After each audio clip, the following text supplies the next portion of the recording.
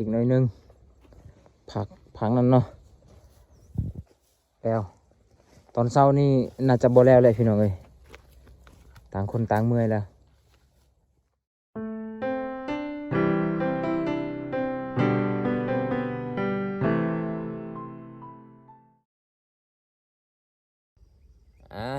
กราบทักทายสบายดีพ่อแม่พี่น้องเนาะ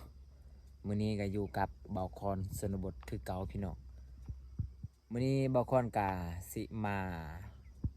คนกกมันต้นเนาะหรือว่าลำมันต้นพี่น้องเอ้ยเมื่อวานนี้แม่นเบาคอนตัดกกพี่น้องมื้อนี้เบาคอนกาสิมา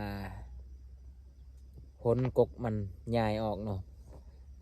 ไปปะแถวแคมพี่น้องเอ้ยเพราะว่าเวลารถเข้ามาแกมันยันรถมันเหยียบพี่น้องเนาะคันรถมันเหยียบมื้อนี้บ่มีมันสิบ่มีกกสิปลูกต่อปีหน้าเนาะโอเคพี่น้องไปแบกกกมันนำเบาคอนนำกันเลยพี่น้องเอ้ยมาพี่น้องมาเบิ่งสวนของเบาคอนพี่น้องเอ้ยตั้งแต่ปลูกเสียหญ้า2 เทื่อซื่อๆพี่น้องนี่มา2 คนคือเก่าพี่น้องมากับเมียคือเก่าเมียกับเมียเก่า บ่แม่นเมียใหม่พี่น้อง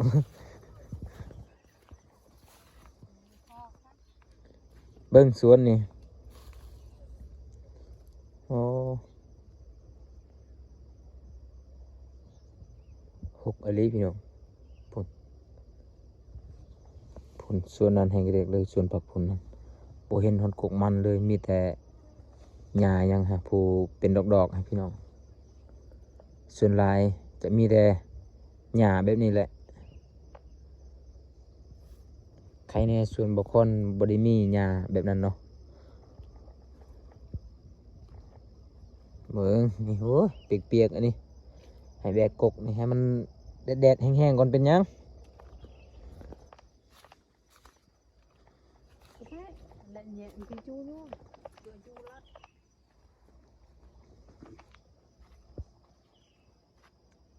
อีก2-3 มื้อนี่กับบุคคลก็สิกลมันเลยพี่น้องเอ้ย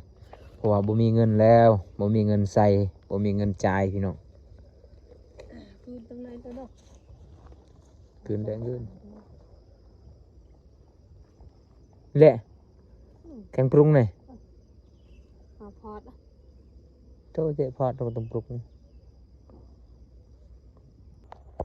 พี่น้องตอนนี้กำลังพากันคนอยู่เนาะแนวใดก็ให้มันแล้วมื้อนี้พี่น้องเอ้ยอย่างให้มันแล้วมื้อนี้เนาะโอ้เมื่อยเลยหากได้นิดเดียวเลยนี่แถวๆนี้เอาไปหมดแล้วนี่ตัวที่ว่ายังละสะละสายนี่แม่นมันบ่งามพี่น้องบ่อยากได้มันแล้วเนาะก็เลยปะตัวที่ว่ายังอยากได้มันยังต้องการมันจะเอาไว้เป็นแถวแบบนี้เนาะเมื่อย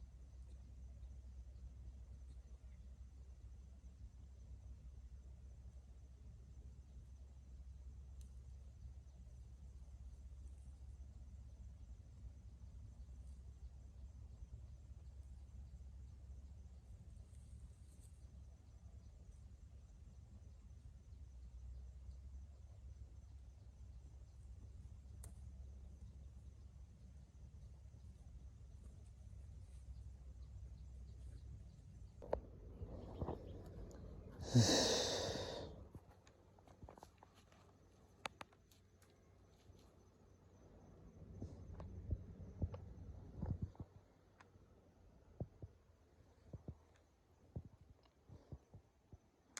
อยพี่น้องเอ้ยตอนนี้หายังบ่แดดปานใดพี่น้องถ้าว่าแดดออกจังหน่อยนี่แดดแห้งกว่านี้โอ้บ่ไหวแล้วนี่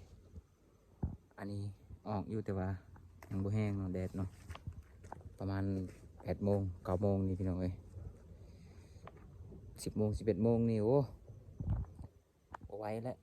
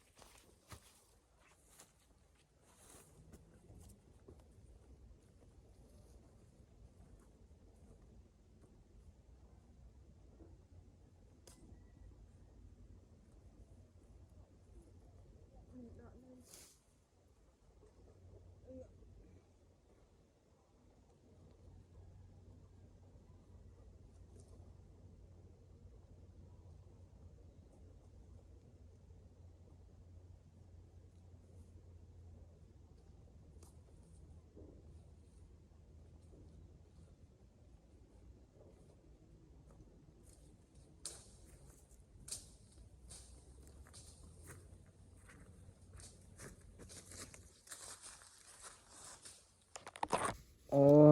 เมื่อยพี่น้องเมื่อยหมดแล้วครั้งนั้นพี่น้องเอ้ยโอ้หมดแล้วผักเบิ่งพุ่นยังผักนี่เนาะนี่แล้วก็ขึ้นเทิงนี่น้อยนึงเริ่มแดดแล้วพี่น้องเอ้ย10 โมงแล้ว11 โมงย่างแล้วพี่น้องโอ้ตัวบรรยากาศแบบนี้เหมาะกับลงน้ำเซเลยพี่น้อง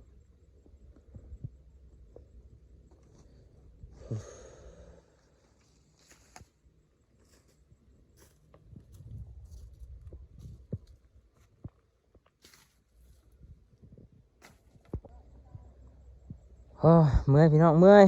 นี่แหละชีวิตชนบทพี่น้องเอ้ย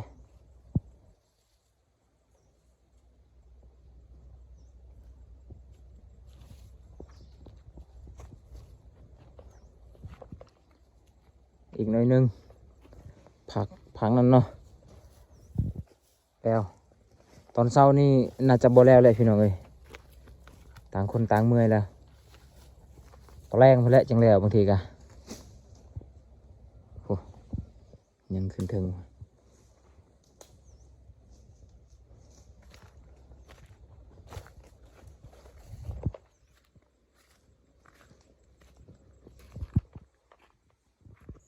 เอาสำเร็จครั้งนี้พี่น้องเอ้ยนี่สำเร็จแล้วเนาะยังอีก